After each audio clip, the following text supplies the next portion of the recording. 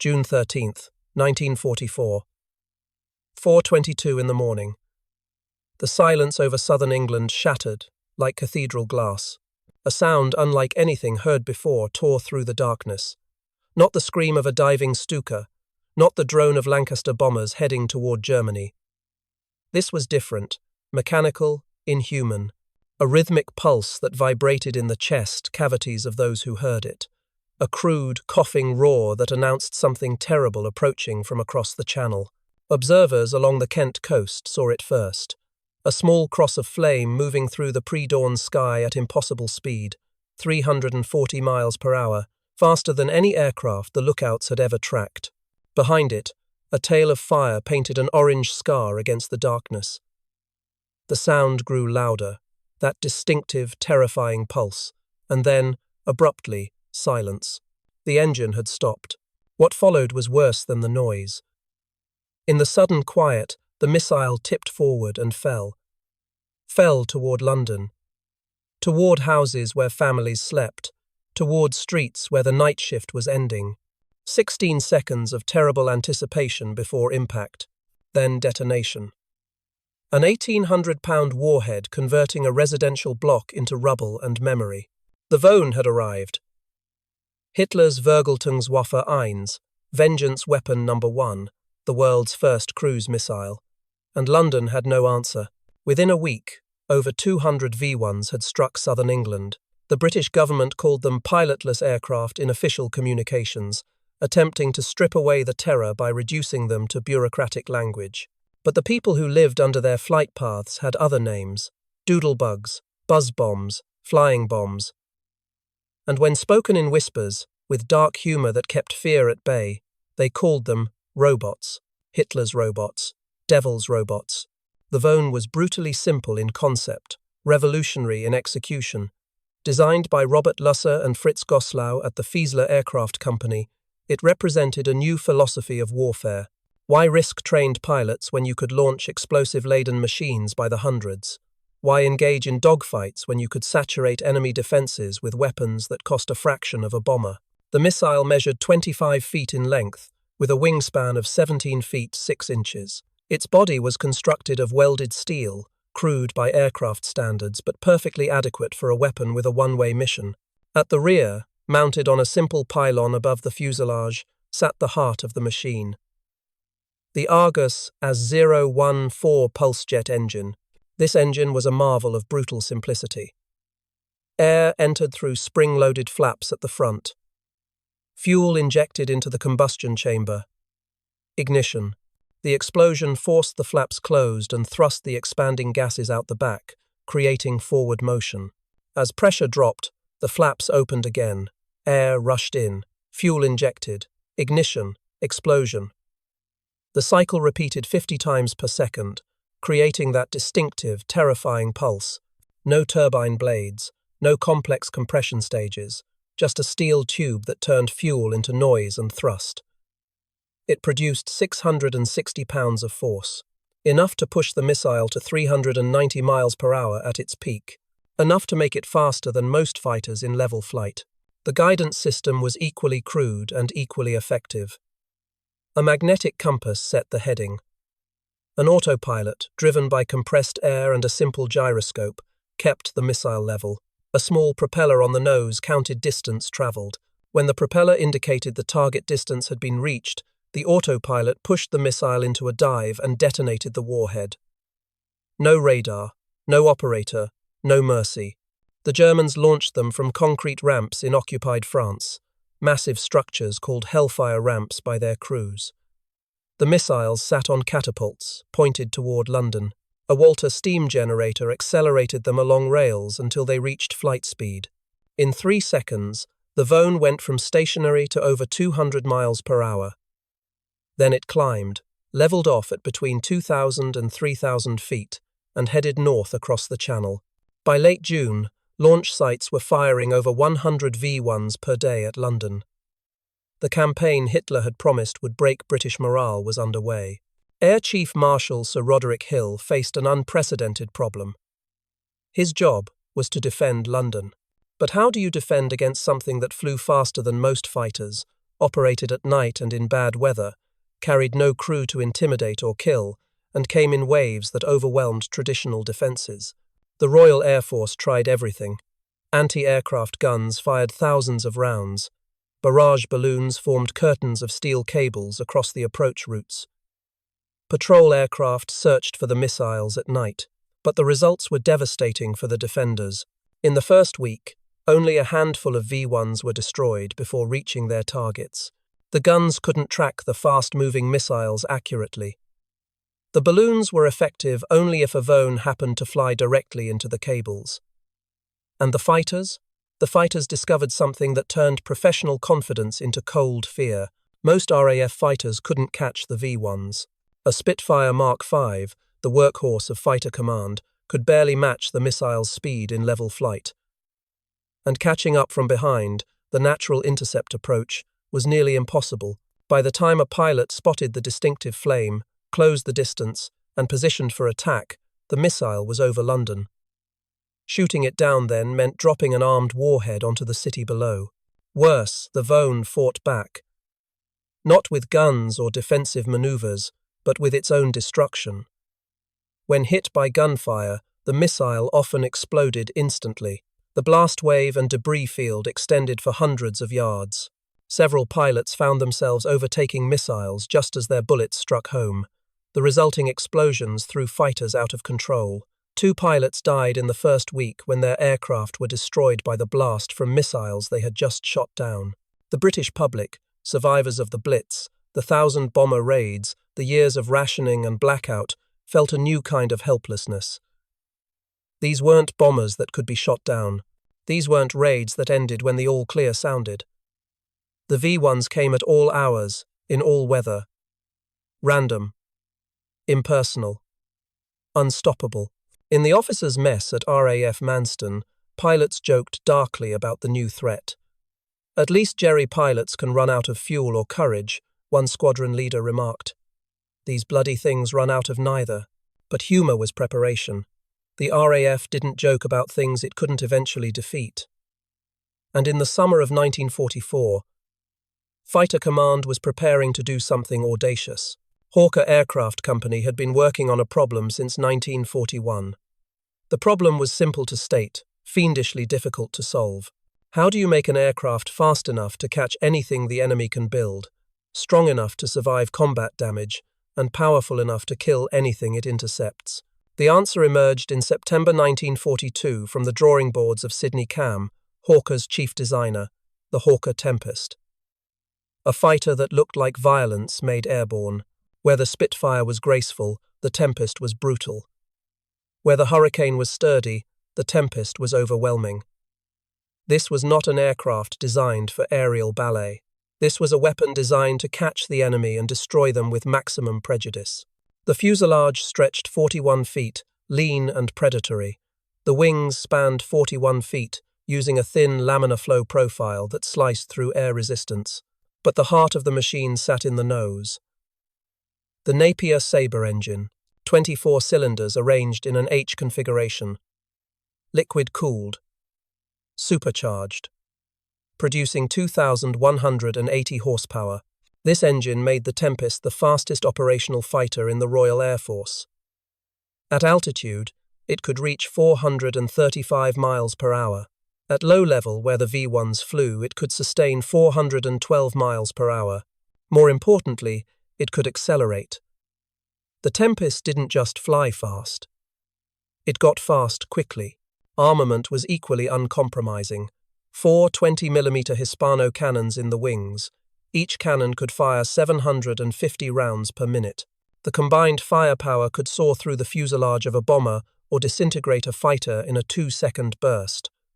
Against the thin steel skin of a V-1, the effect was catastrophic. By June 1944, several squadrons had converted to Tempests. 150 Squadron at Newchurch, 3 Squadron at the same base, 41 Squadron and 56 Squadron nearby. These units formed the tip of the spear aimed at the V-1 threat. The pilots who flew them were volunteers, veterans of the air war over Europe who understood the risks. They would be hunting missiles at night, in weather that grounded other aircraft, flying at treetop height where mistakes meant instant death. They would be pushing their aircraft to maximum speed, racing bombs toward London, trying to intercept machines that exploded when touched. One pilot later described the mission brief with characteristic understatement. Rather sporting, really. Chase the fastest thing in the sky, shoot it before it reaches London, don't get blown up in the process. Simple. Wing Commander Roland Beaumont stood before his pilots on June 28th at Newchurch Airfield. Outside, ground crews were arming Tempests with ammunition.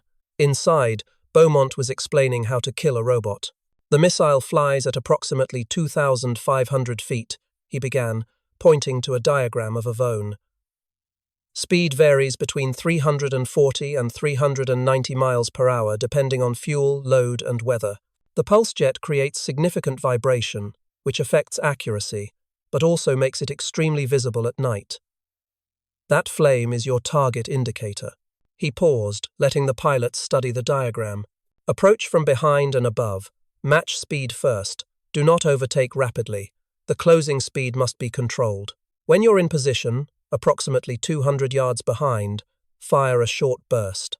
Aim for the fuselage just forward of the pulse jet. The fuel tanks are located there. A pilot raised his hand. What happens when we hit it, sir? Beaumont's expression didn't change. It explodes. Immediately. A very large fireball. You need to break away the instant you fire. Hard turn. Maximum G. Get out of the debris field. Several pilots have been lost by staying too close. Another pilot spoke up. What if we can't get the speed advantage?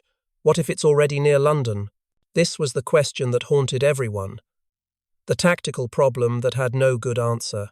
Beaumont looked at the map on the wall behind him. The approach routes from France. The density of anti-aircraft batteries. The sprawl of London. Then you get creative. Or you let it through and pray the guns get it. But some pilots were already developing solutions that went far beyond standard tactics. Solutions that would later be called crazy. Solutions that required nerves most men didn't possess. Flight Lieutenant Joseph Berry of 501 Squadron discovered one such tactic by accident.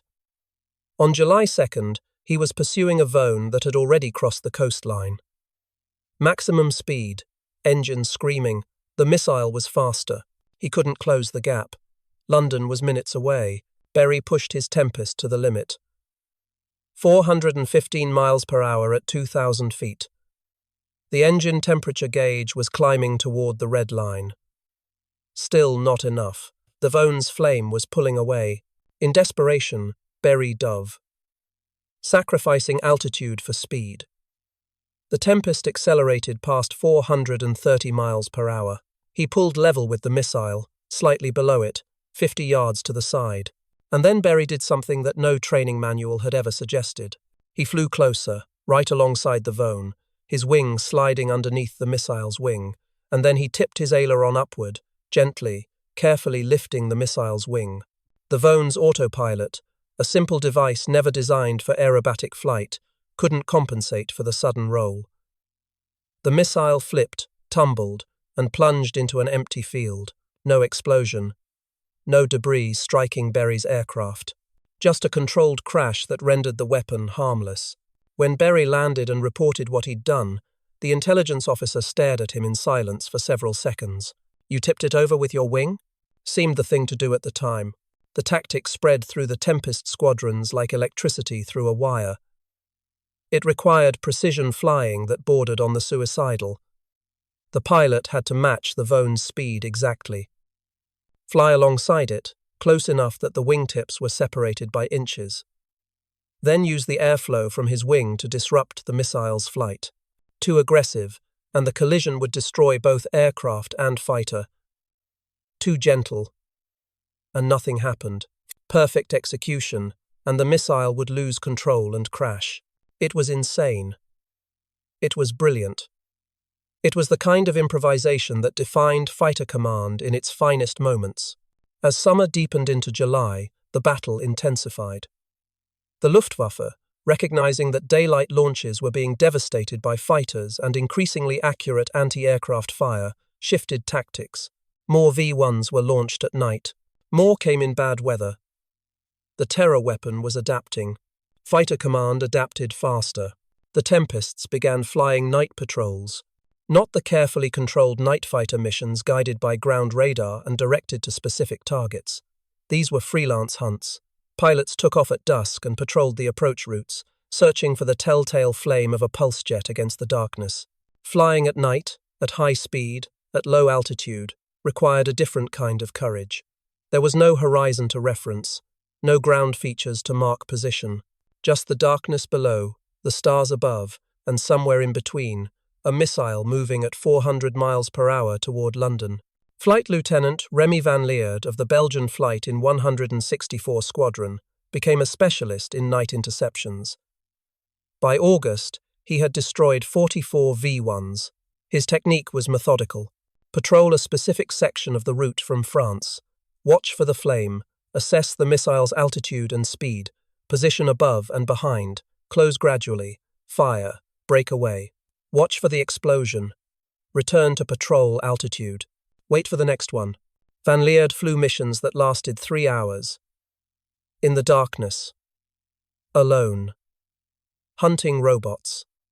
On one patrol in early August, he destroyed 6 V-1s in a single sortie. 6 times he chased a flame through the night. 6 times he positioned perfectly, fired, and broke away before the explosion. 6 times he denied Hitler a strike on London. When he landed, exhausted, and climbed out of his Tempest, the ground crew found the aircraft's paint scorched from flying through the blast waves. The leading edges of the wings were pitted with debris impacts. The canopy was starred with cracks from fragments. Van Leerd had been flying through explosions all night. He reported for duty the next evening. Other pilots developed their own techniques. Squadron leader Joseph Berry, the man who had pioneered the wing-tipping tactic, refined it to an art form. He could now tip a missile with either wing, depending on which side he approached from. He could tip them in daylight or darkness. He could tip them while banking. On one occasion, he tipped 3 V-1s in succession during a single patrol, sending them into the channel like discarded toys. The wing-tipping tactic was eventually practiced by dozens of pilots. In total, they tipped at least 30 V-1s out of the sky using this method. 30 times, a pilot placed his aircraft inches from an armed missile traveling at 400 miles per hour and used pure flying skill to destroy it. By mid-August, the statistics began to tell a remarkable story. A story of adaptation, skill, and relentless aggression. In June, when the V-1 campaign began, fighters had accounted for only a small percentage of missiles destroyed. By July, that percentage had climbed dramatically. By August, fighters were the dominant defensive weapon. The Tempest squadrons alone were destroying more than 60% of all V-1s shot down. The anti-aircraft guns, repositioned to coastal sites where they had clear fields of fire over unpopulated areas, were improving steadily. New proximity-fused ammunition, supplied by the Americans, was devastating. But even the guns couldn't match the Tempests. Between June and September, Fighter Command destroyed over 1,800 V-1s before they reached London. Of these, over 1,200 were credited to fighters. The Tempest squadrons accounted for more than 830 confirmed kills. Individual pilots became aces against robots. Squadron leader Joseph Berry destroyed 61 V-1s. Wing Commander Roland Beaumont destroyed 32. Flight Lieutenant Remy van Leerd reached his total of 44 before the campaign ended. These numbers were higher than many pilots achieved against manned aircraft during the entire war. But the statistics only told part of the story. Each number represented a patrol flown, an intercept made, a missile destroyed before it could kill. Behind each statistic was a pilot who had volunteered to fly at night, in bad weather, at suicidal speeds, hunting weapons that fought back with their own destruction. The Royal Air Force had taken a weapon designed to be unstoppable and stopped it. Not through technology alone, though the Tempest was magnificent. Not through tactics alone, though the wing-tipping innovation was brilliant. They stopped it through a combination of skill, courage, and the kind of aggressive improvisation that defined the service at its best. The campaign wasn't without cost. 23 pilots were killed during anti-V-1 operations. Some died in explosions when they stayed too close to their targets.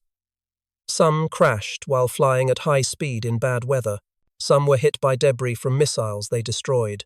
Some simply vanished over the channel, victims of mechanical failure or navigation error, or the simple accumulation of exhaustion that affects men who fly too many missions in too short a time.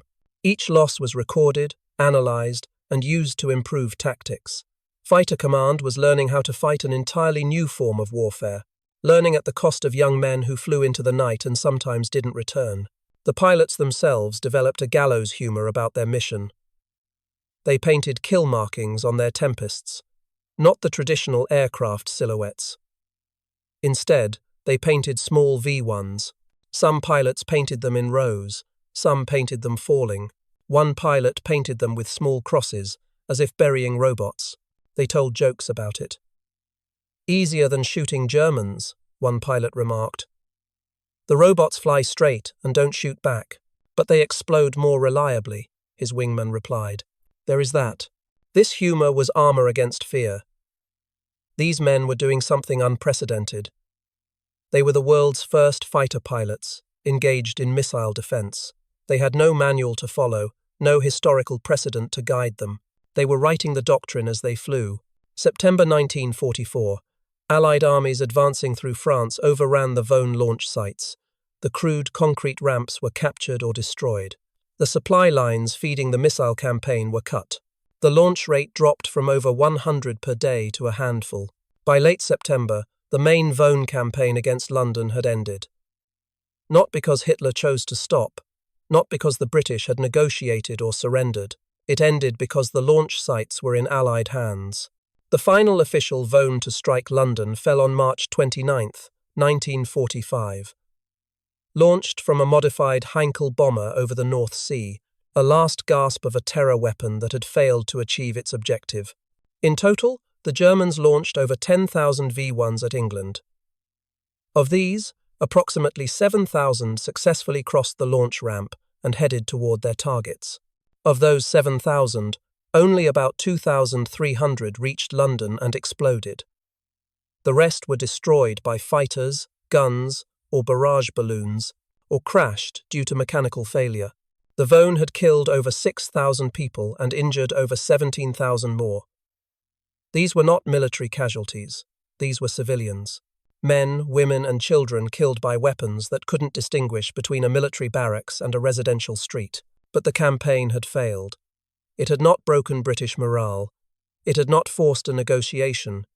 It had not changed the trajectory of the war. What it had done was prove that even the most advanced weapon could be defeated by skilled pilots with adequate aircraft and the courage to engage. The Tempest squadrons that had done most of the work were reassigned to other duties. Ground attack missions over occupied Europe, fighter sweeps over Germany. Some flew until the war ended, some didn't. The aircraft themselves eventually became obsolete, replaced by jet fighters that made even the Tempest seem slow. But for a few months in 1944, they had been the most important aircraft in Britain, the thin line between London and destruction.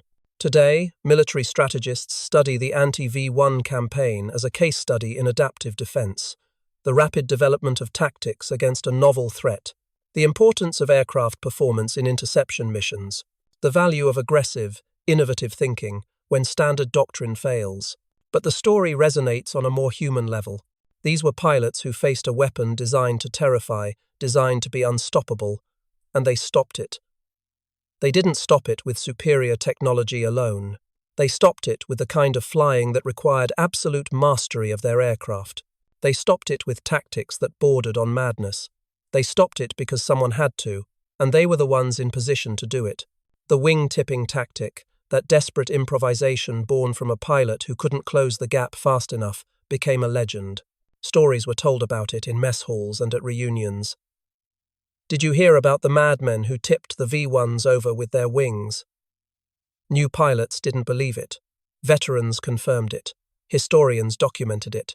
It became one of those true stories that sounds too incredible to be true. Years later, Joseph Berry was asked about the tactic at an interview. The reporter wanted to know what went through his mind the first time he tried it. Berry thought for a moment. "I remember thinking that if this worked, it would be brilliant. And if it didn't work, I wouldn't be around to feel stupid about it. Were you afraid, terrified, every single time? But the alternative was letting that bloody thing hit London, and that seemed worse. This was the mindset that defeated the V-1. Not fearlessness. These men weren't without fear. They were men who flew despite fear, who looked at an armed missile traveling at 400 miles per hour and thought, I can catch that, I can kill that, I have to try. The V-1 campaign taught lessons that remain relevant in modern warfare. It demonstrated that no weapon, however advanced for its time, is invulnerable. It proved that human skill and courage could overcome technological terror. It showed that improvisation and adaptation could defeat even the most carefully planned offensive. But perhaps the most important lesson was simpler. War produces problems that have never been faced before. Those problems will be solved by the people on the front line, not by generals in comfortable headquarters, not by politicians making speeches, but by individuals who look at an impossible situation and refuse to accept impossibility. The pilots who flew Tempests against the V-1s were ordinary men placed in extraordinary circumstances. They volunteered for a mission that terrified them. They learned to do things with their aircraft that training had never prepared them for. They saved thousands of lives by destroying missiles before they reached their targets. And sometimes, when words weren't enough and bullets were too slow, they flew alongside death at 400 miles per hour and tipped it gently into the earth. That kind of courage deserves to be remembered, not as propaganda, not as mythology, but as history. As a true account of what happened when ordinary men faced an extraordinary threat and refused to accept defeat. The summer sky over England in 1944 was filled with flames, pulse jet flames marking the path of Hitler's robots. And pursuing those flames, racing through darkness and daylight, were the night hunters, the crazy pilots in their Tempests, the men who mocked the V-1 until they learned to respect it, and then destroyed it anyway. They were never promised they would survive. They were only asked if they would try. And they did.